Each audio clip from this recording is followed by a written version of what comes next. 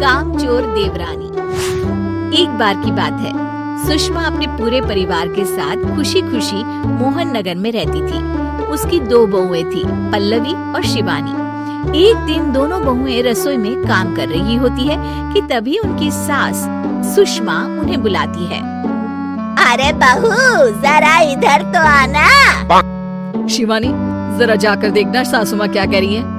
दीदी आप ही देख लो ना जाकर, आपको भी तो सुनाई दे रहा है। अरे मैं आटा गूंद रही हूँ ना, तुम चली जाओ। हाँ तो मैं भी तो सब्जी काट रही हूँ ना दीदी। अरे बहू जल्दी आओ। ओह, ये तो जाएगी नहीं, मैं ही जाकर देखती हूँ कि क्या करना है।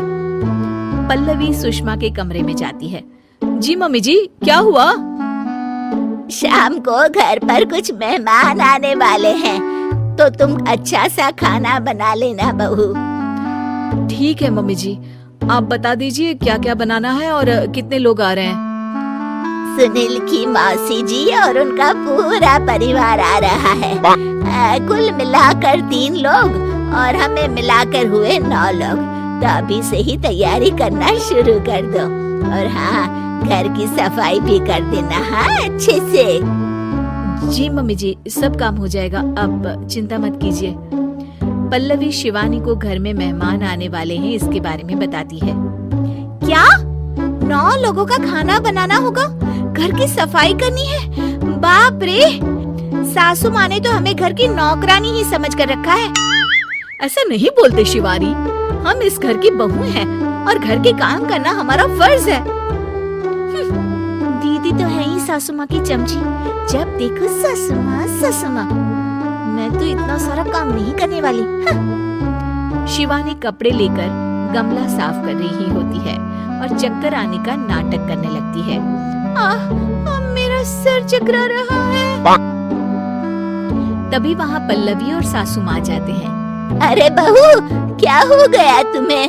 मम्मी जी, बहुत तेज सर में दर्द हो रहा है। तुम एक काम करो शिवानी, आराम कर लो। नहीं नहीं दीदी, घर में मेहमान आने वाले हैं, मुझे आपकी मदद करनी चाहिए। अरे कोई बात नहीं शिवानी, तुम आराम कर लो, मैं सब काम कर लूंगी।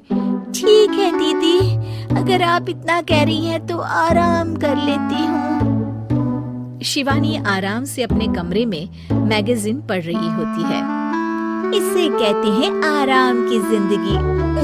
इतना सारा काम। चलो सारा काम खत्म हो गया, शिवानी को देख आती हूँ। शिवानी अपने कमरे में ईयरफोन में गाने सुनते सुनते सो जाती है और उसके साइड में मैगजीन भी रखी होती है। पल्लवी वहाँ आ जाती है और वो सब देखती है। ओहो, तो मतलब सब काम चोरी का बहाना था। अभी बताती हूँ इसको।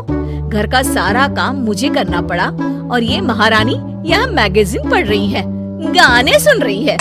पल्लवी रसोई से एक प्लेट और चम्मच लेकर आती है और शिवानी को थाली बजाकर उठाने लगती है। शिवानी अचानक से उठती है। उठ गई महारानी, गाने भी सुन लिए, मैगजीन भी पढ़ ली। तुम तो बहुत बड़ी झूठी निकली शिवानी। तुमने सर दर्द का बहाना बनाया ताकि काम करने से बच सको। हाँ बनाया बहाना, तो क्या करती, इतने सारे काम करती। मुझे कोई शौक नहीं है चापलूसी का। क्या चापलूसी? तुम्हें लगता है कि मैं सारे काम चापलूसी के लिए कर रही हूँ? और नहीं तो क्या। तभी वहाँ सासू माँ आ जाती है। अरे बहू, वो लोग बस आने ही वाले हैं, तुम तैयारियां कर लो। जी सासू माँ, तुझे तो मैं बाद में देखती हूँ।